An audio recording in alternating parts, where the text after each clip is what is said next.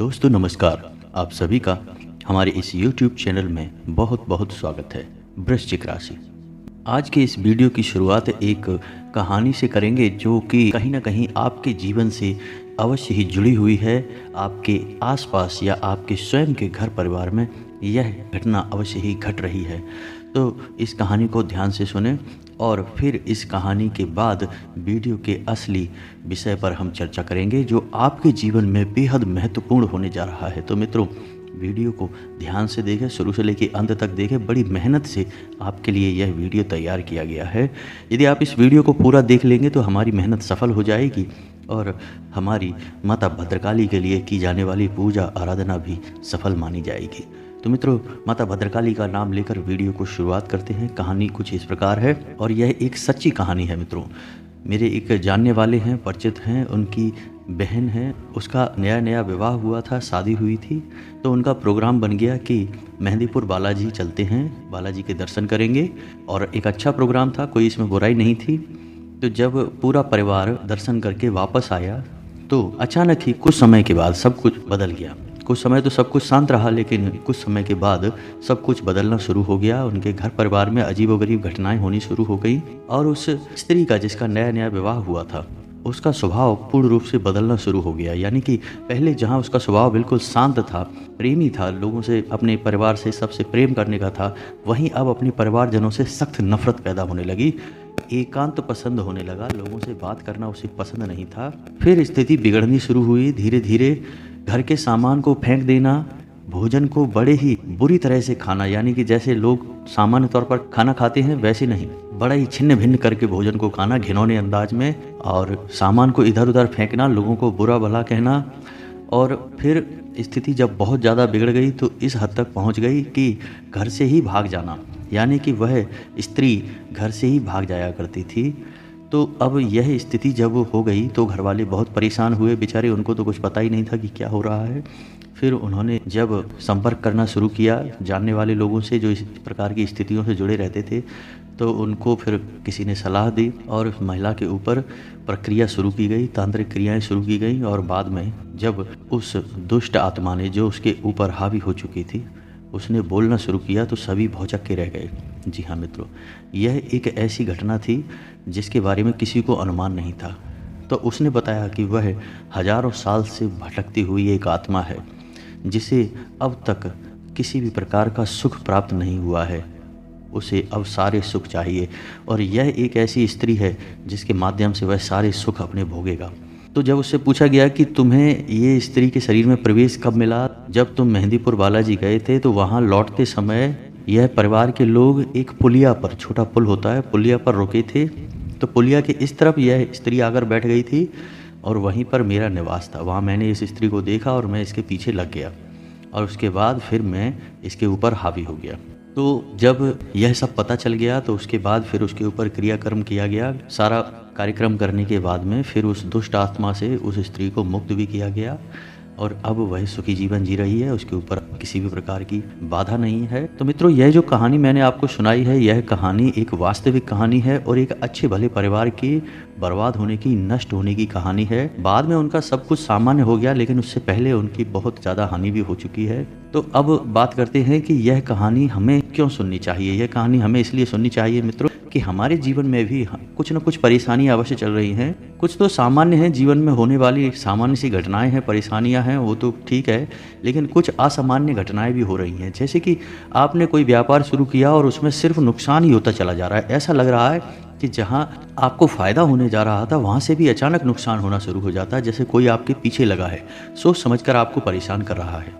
या आपकी नौकरी में भी आपको बड़े ही कष्ट प्राप्त हो रहे हैं। जहां आपकी नौकरी पहले सुख से चल रही थी, वहीं अब आपको बेहद परेशानियां हो रही हैं। आपके घर में बीमारियों का वास हो गया है, कलह क्लेश का माहौल रहने लगा है, पारिवारिक माहौल पूरी तरह से बर्बाद हो चुका है। लोगों में आपस में किसी भी प्रकार का प्रेम नहीं बचा है। लोग एक दूसरे से चिढ़ते हैं, नफरत करते हैं, बात भी नहीं करते हैं। परिवार जैसा नहीं बचा है। मित्रों, ये सारी घटनाएं हैं, ये क्यों होती हैं हमारे साथ में, इसके बारे में आज हम चर्चा करने जा रहे हैं। वीडियो का टॉपिक बहुत ही खास है। हर व्यक्ति के लिए यह खास है क्योंकि हर व्यक्ति किसी न किसी प्रकार की बाधा से पीड़ित अवश्य है और अत्यधिक बाधाओं से पीड़ित इंसान हमसे संपर्क करने की कोशिश भी करते हैं, उन्हें बाधाओं से मुक्ति भी दिलाई जाती है। तो फिलहाल हम चर्चा कर रहे हैं। तो मित्रों, सबसे पहले आपको बता देते हैं कि भूत होते क्या हैं। ये जानना हमारे लिए बेहद जरूरी है, तभी हम इनसे मुक्ति प्राप्त कर सकते हैं या इनके चंगुल में आने से बच सकते हैं। तो मित्रों, वीडियो को ध्यान से देखते रहें और समझने का प्रयास करें कि हम आपको क्या समझाना चाह रहे हैं। तो मित्रों, जो आत्मा होती है वही भूत होती है। हर इंसान मरने के बाद भूत बनता है। तो हमारे अंदर जो आत्मा निवास करती है उसे हम जीवात्मा कहते हैं। जब इंसान मर जाता है तो जो स्थूल शरीर है हमारा, वह नष्ट हो जाता है और हमारा सूक्ष्म शरीर बचा रह जाता है, जिसे हम प्रेतात्मा कहते हैं। जीवात्मा जिस शरीर में निवास करती है, स्थूल शरीर में, इसकी उम्र 120 वर्ष होती है, लेकिन प्रेतात्मा जिस शरीर में निवास करती है उस शरीर की उम्र अनंत काल तक होती है, यानी वह हजारों लाखों वर्ष तक जीवित रह सकता है। जी हाँ मित्रों, और जब उस आत्मा को मुक्ति प्राप्त हो जाती है, वह आत्मा उस परम धाम में निवास करने लगती है, तो वह सूक्ष्म आत्मा बन जाती है, यानी कि उसकी पुनः एक बार मृत्यु कह सकते हैं। सूक्ष्म शरीर से भी वह बाहर निकल जाती है, फिर उसका इस संसार से कोई लेना देना नहीं होता। लेकिन जब तक वह आत्मा सूक्ष्म शरीर में रहती है तो उसे ही हम प्रेत आत्मा या फिर भूत कहते हैं। वे भटकते रहते हैं, उनके अंदर भावनाएं तो होती हैं, उनके अंदर तमाम प्रकार के राग, द्वेष, क्रोध, भूख, प्यास, संभोग, सुख की भावनाएं, इच्छाएं, वासनाएं, लोभ, सब कुछ होता है, लेकिन उनके पास स्थूल शरीर नहीं होता है, तो हम उन्हें देख नहीं पाते हैं। वे वायु से बने हुए होते हैं। जी हाँ मित्रों, आयुर्वेद के अनुसार यह शरीर जो होता है, जिसे हम सूक्ष्म शरीर कहते हैं, यह 17 तत्वों से मिलकर बना होता है। हमारे ऋषि मुनियों ने इस विषय पर गहरे शोध किए हैं, गहरे विचार किए हैं, फिर उन्होंने ग्रंथों में इस जानकारी को हमें संरक्षित करके दिया है। तो मित्रों, कुछ भूत होते हैं जो अपने इस शरीर की ताकत को समझ लेते हैं और उसे उपयोग करना जानते हैं, और कुछ ऐसे होते हैं जो अपने इस शरीर की ताकत को नहीं समझ पाते। इसे आप ऐसे भी समझ सकते हैं जैसे कि हमारे स्थूल शरीर में भी बहुत शक्ति होती है, लेकिन उस शक्ति का इस्तेमाल करना कुछ लोग जानते हैं। जैसे कुछ पहलवान टाइप के लोग होते हैं जो कि अपनी शक्ति को बढ़ा लेते हैं, कई गुना बढ़ा लेते हैं सामान्य इंसान से। और कुछ ऐसे होते हैं जो सामान्य जीवन जीते रहते हैं, अपनी दैनिक दिनचर्या को पूरा करने के लिए ही अपने शरीर का उपयोग करते रहते हैं। तो इसी प्रकार जो सूक्ष्म शरीर है, उस शरीर में रहने वाले लोग जो होते हैं, जो आत्मा होती है, जब उस शरीर की ताकत को पहचान जाते हैं तो फिर वे उपद्रव मचाना शुरू करते हैं, अपनी इच्छाओं की पूर्ति करना शुरू करते हैं। तो ऐसा कहा जाता है कि जब कोई सूक्ष्म आत्मा या यूँ कहें कि भूत अपनी स्पर्श की ताकत को पहचान जाता है, यानी कि वह अपने छूने का एहसास करा सकता है, अपने होने का एहसास करा सकता है, तो उसके अंदर इतनी ज़्यादा प्रचंड शक्ति होती है कि वह किसी शक्तिशाली पेड़ को भी, बड़े से बड़े पेड़ को भी क्षण भर में उखाड़ कर फेंक सकता है। यह होती है किसी भूत की शक्ति। यह हमारे स्थूल शरीर से हजारों गुना ज़्यादा होती है। तो भूत के अंदर शक्ति बहुत होती है, लेकिन उस शक्ति की पहचान नहीं होती है। जब वह पहचान कर लेता है तो वह फिर अपनी शक्ति के माध्यम से अपनी इच्छाओं की पूर्ति करना शुरू कर देता है। मित्रों, भूत मानसिक तौर पर भी अत्यंत शक्तिशाली होते हैं, किसी पर भी हावी हो सकते हैं। जब अपनी शक्ति को पहचान जाते हैं तो फिर किसी के भी दिमाग पर हावी हो सकते हैं और इसी प्रकार वे अपनी इच्छाओं की पूर्ति करना शुरू करते हैं। मित्रों, कुछ भूत या कुछ जीवात्माएं जो सूक्ष्म शरीर में रहती हैं, वे अच्छी भी होती हैं, जो मरने के बाद अच्छे अच्छे कर्म करती हैं, लोगों की इच्छा पूर्ति में मदद करती हैं, जिन्हें हम पीर फकीर बाबा कहते हैं, सिद्ध बाबा कहते हैं। इनके छोटे छोटे स्थान भी बनाए जाते हैं, इनकी पूजा आराधना भी की जाती है, लोग इनकी पूजा करते हैं, मनोकामनाएं भी पूर्ति होती हैं, लोगों को लाभ प्राप्त होता है। ऐसी आत्माएं बड़ी सहायक होती हैं और अपनी मुक्ति के मार्ग को भी प्रशस्त करती हैं लोगों की मदद करने के माध्यम से।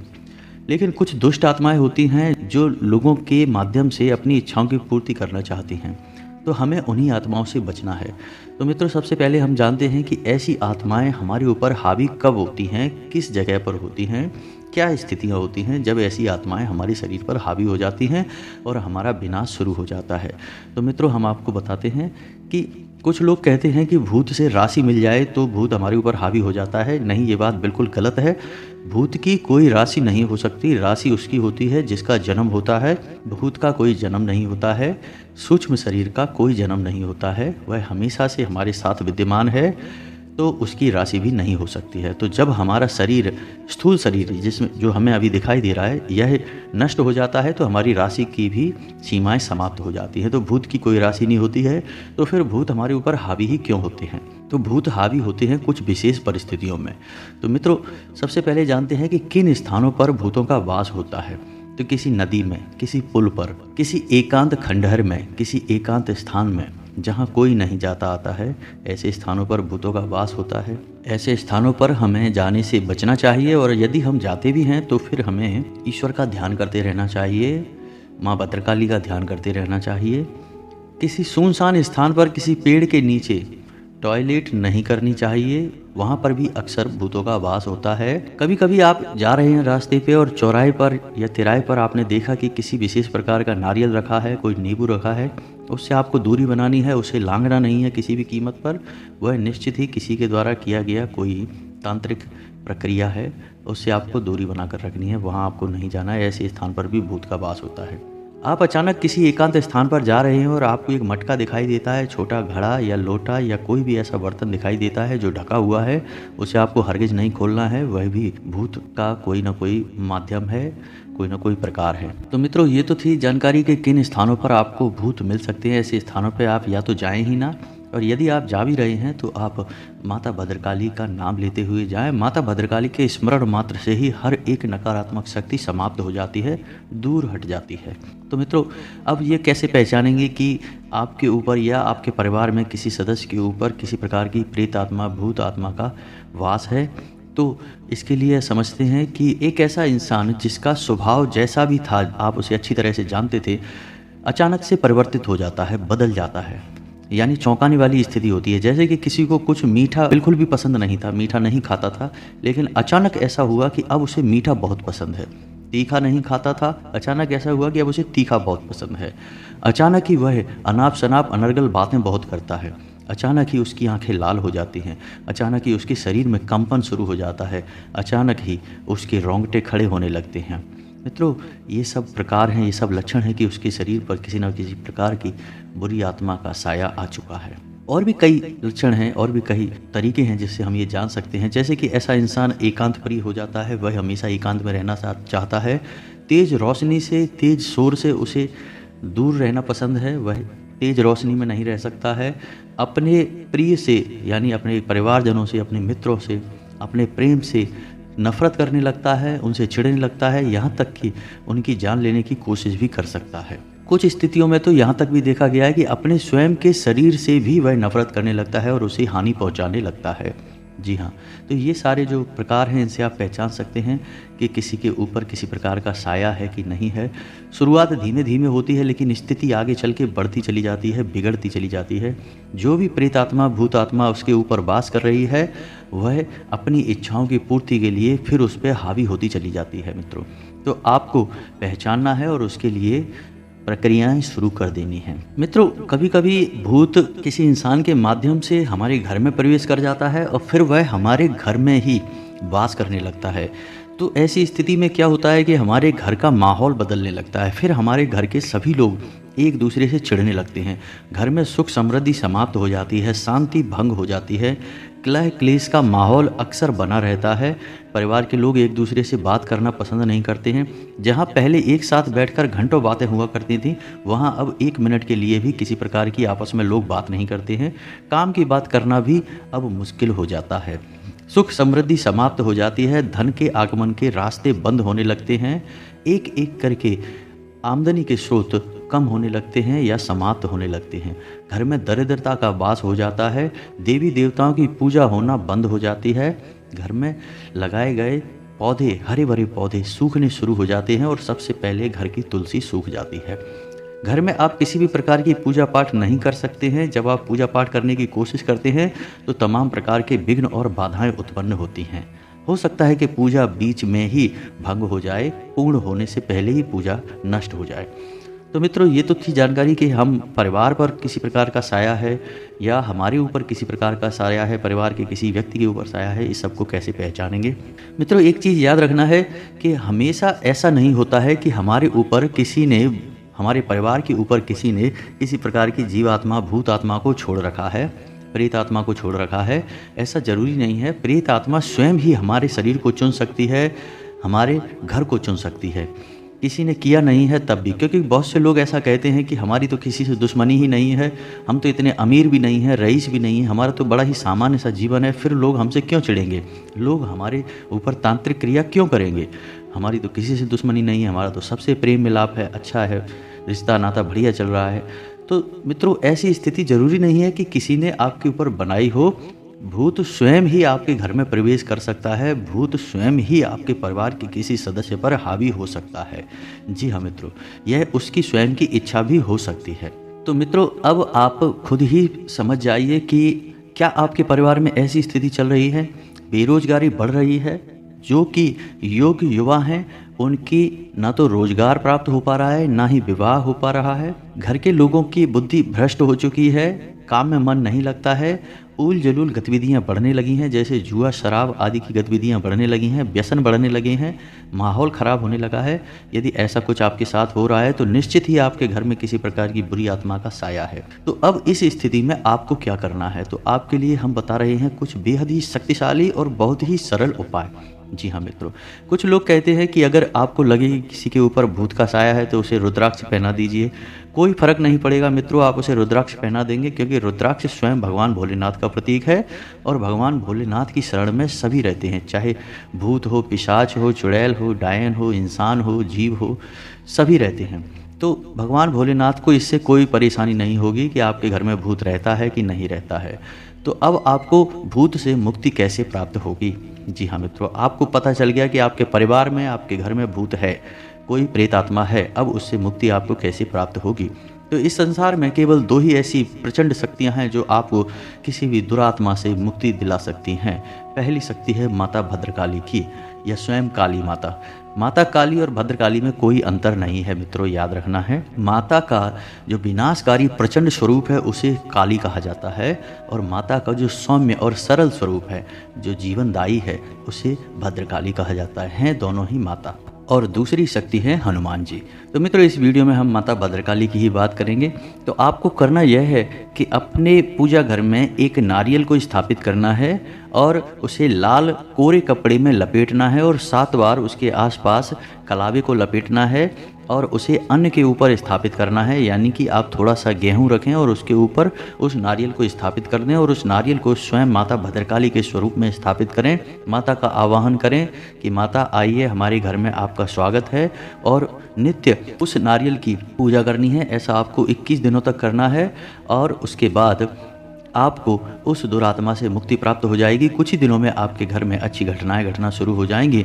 उस दुरात्मा का आपके ऊपर, आपके घर के ऊपर जो भी प्रभाव है वह धीरे धीरे कम होना शुरू हो जाएगा।